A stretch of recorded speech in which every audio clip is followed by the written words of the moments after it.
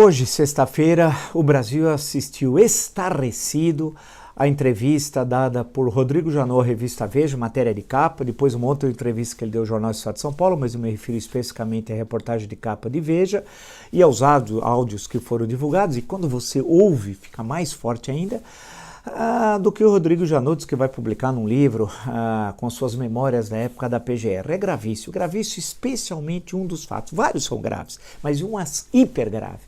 A tentativa de assassinato de um ministro da Suprema Corte Brasileira. Ele confessa que foi a uma sessão do Supremo Tribunal Federal e na sala anexa ao plenário ele foi armado com um revólver, com uma pistola sob a toga, né? Ele diz que é destro e foi lá para matar, dar um tiro na cara do ministro Gilmar Mendes, que teria insinuado que sua filha, que é advogada, filha de Janot, prestava serviços a uma causa e que envolveria uma construtora envolvida na Lava Jato. Ele se sentia injuriado, caluniado. Então o Procurador-Geral da República, isso foi em 2017, ele disse, e ele foi armado. Quando chegou, encontrou logo na antessala do plenário justamente o ministro Gilmar Mendes. Ele disse que armou a pistola e não puxou o gatilho porque disse que o dedo da mão direita endureceu. Aí ele passou o coldre, segundo ele, para o lado esquerdo e foi também fazer a mesma coisa. Foi atirar, pegar o revólver e atirar, mas o dedo também teria, segundo ele, travado. E aí ele vai embora do prédio, pede para sair e não participa daquela sessão. Inacreditável, inacreditável. Importante lembrar, um fato, ele assassinaria com um tiro no rosto o ministro Gilmar Mendes, o ministro da Suprema Corte, e ia suicidar em seguida. Ainda bem, graças a Deus, que deve ter tido uma fração de segundo de sanidade nesse homem insano, e ele não fez isso. Imagina assassinar um ministro da Suprema Corte, suicidar, o que significa isso para as famílias, para as instituições, para o Brasil, para tudo. E o que aconteceria isso na sociedade brasileira? E ele, como homem operador do direito, Janot, entenda-se, se ele se sentiu caluniado, entrasse na justiça, contratasse um escritório de advocacia, por injúria, calúnia, difamação, o que fosse, e processasse, entrasse com uma queixa-crime contra o ministro Gilmar Mendes. É assim que se age. Aqui não é lei de Lynch, nada. Nós estamos num Estado democrático de direito. É incrível que um procurador-geral da República ache dessa forma. Eu tenho, e vocês conhecem, inúmeras discordâncias com o ministro Gilmar Mendes no campo das ideias, assim como ele deve ter, não sei, com tantas outras pessoas, no campo das ideias também.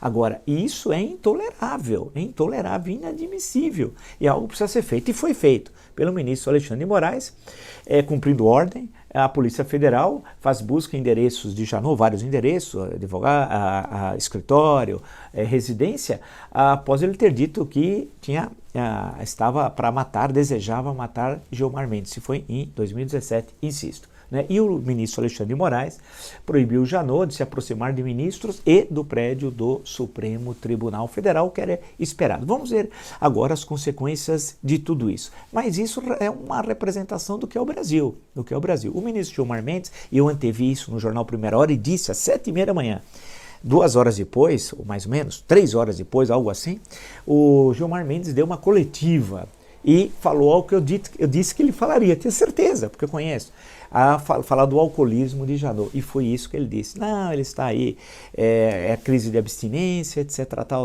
Então o comportamento do ministro Gilmar Mendes é ruim, ele quebra o decoro diversas vezes. Isso não justifica em momento algum falar em assassinato, como disse Janot, entenda-se. Mas ele tem um comportamento que fere o decoro da Suprema Corte e faz isso há muito tempo, nas entrevistas, nas sessões plenário e diversas vezes, algo que é absurdo. O ministro da Suprema Corte tem de agir, eu sugeri, até falei hoje no jornal Primeira Hora, igual o ministro Celso de Mello, casa Supremo, Supremo casa. É isso.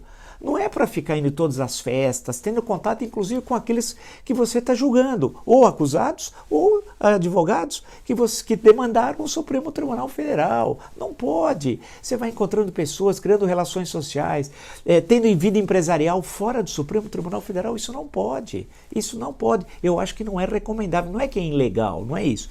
Não é recomendável para o ministro da Suprema Corte. Insisto, nada justifica o que o Rodrigo Janot queria fazer. Ainda bem que ele teve lá uma fração de segundo de racionalidade. Mas essa contradição, vamos chamar assim, se é possível chamar uma tentativa de assassinato de contradição, mas tudo bem, Janot e Gilmar são faces de uma mesma moeda, ou seja, é necessário mudar o comportamento em Brasília, urgente. Quando eu falo em Brasília, entende-se no poder político, na Praça dos Três Poderes ou nos seus arredores, afinal o Ministério Público não fica na Praça dos Três Poderes, é necessário mudar.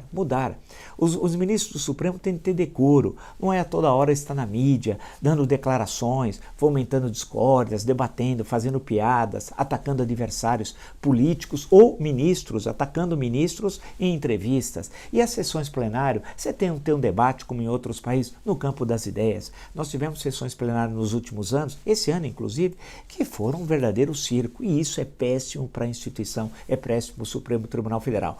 E a ação do Janot é péssimo para o Ministério Público Federal. Vamos aguardar agora as providências legais devidas, mas é muito triste. Tivemos uma semana, que semana, hein? Terrível, terrível.